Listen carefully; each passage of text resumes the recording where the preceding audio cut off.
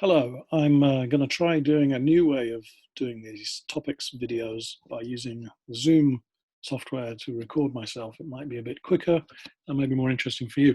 So, okay, the topic of this lesson, let me share my desktop, dun, dun, dun, I'll get rid of this, is the top threes. It's Talk Topics with Patrick Sheriff, top threes. I was thinking about doing this because on Facebook and Twitter, especially Facebook, I often get asked, what are your top 10 albums? What are your top 10 books that you like? And sort of friends on Facebook say, oh, tell me your top 10 albums, music or things like that. And you're supposed to share it with your friends and then you nominate somebody to name their top 10. I don't really have much time to do that. So I haven't done that. And I can't think of 10 things that I really want to talk about. But I thought it might be interesting as an English lesson.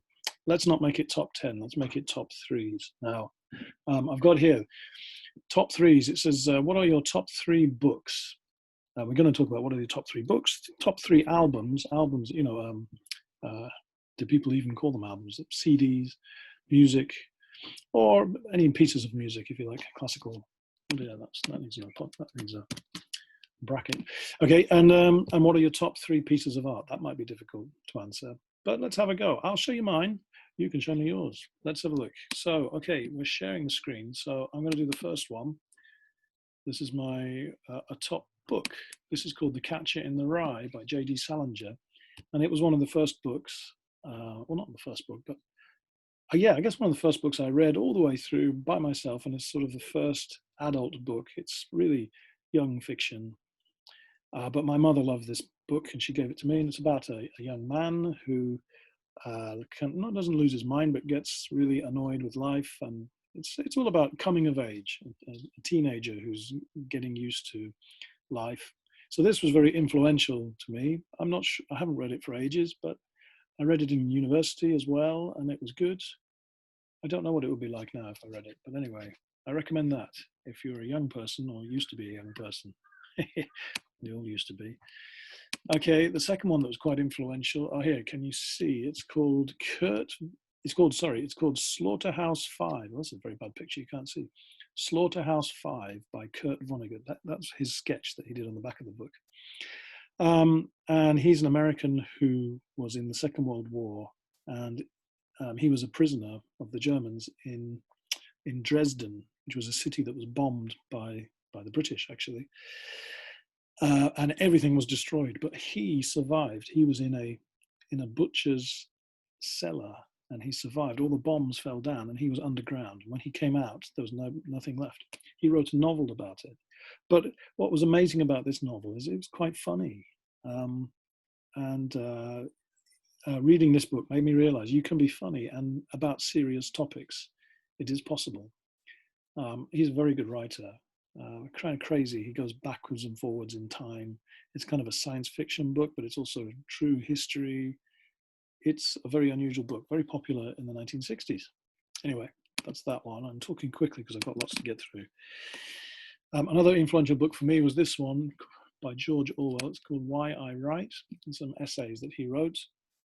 You can see there he's a political writer, very popular in England, George Orwell. He died in 1951 or something like that. But he wrote 1984, Animal Farm, his big famous ones. But he wrote a lot of stuff. And his style of writing is very direct and simple and not showing off. I thought we can all learn from him. Okay, that's my three books. Here, I got my three albums. Do you know Eric Clapton, blues guitarist, English guy? This was one of the first albums I got from my local library when I was little. And it introduced me to blues music and rock and roll, which changed my life, or became part of my life. And this was one of my favorite albums when I was a teenager. The Rolling Stones' Let It Bleed. There's the Rolling Stones on the top of the cake. They're making fun of an album already. Let It Be is by the Beatles. Let It Bleed is by the Rolling Stones. Maybe that's from 1969. I was born in 1970, so I was a bit old-fashioned when I liked them. But I liked them when I was a teenager, and it's good rock and roll music. Okay, that's that one. What else? One more album. Oh yeah, The Clash, London Calling. This was the first album I actually bought myself that was actual rock music in 1979. So I must have been 10 years old when I bought this. The Clash, London Calling. It was a double album, very cool, kind of punk rock.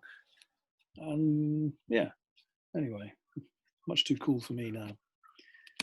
Right, that's that one. Okay, and then I thought 3 paintings or pictures. This might be difficult if you're not interested in art, but I just wanted to show you these. This one's by Edward Hopper called Nighthawks. You may have seen it. Famous picture from 1942, I think. Yeah, I liked it because it just shows, well, it's kind of mysterious. Is it a real picture? It's different from a photograph, but it looks like real people, but it's still 1940s. And it's telling a story, and we don't know what the story is. So it's kind of mysterious. His style is very mysterious, kind of lonely, maybe. Okay, there's that one. Okay, I'm racing along. Next one. This one is, I think it's called Odette by Manet. And I like it just because it's a simple drawing, simple painting. It's something that I could do, or I feel like I could do. Maybe I couldn't, but it's simple but beautiful. And also about an ordinary person, or so ordinary. It looks strange now because that's 19th century fashion, but now it would be somebody wearing a baseball cap, maybe. Anyway, I thought that was a nice picture, looking straight at us across time. And then one more, the last one. This is this is a Banksy painting. He does graphic art or graffiti works, and often with a bit of sense of humor. Now, this is, of course, the famous painting by Vermeer, Girl with a Pearl Earring. But here, her earring is a fire alarm or burglar alarm, and she's wearing a mask. Yes, we all know why.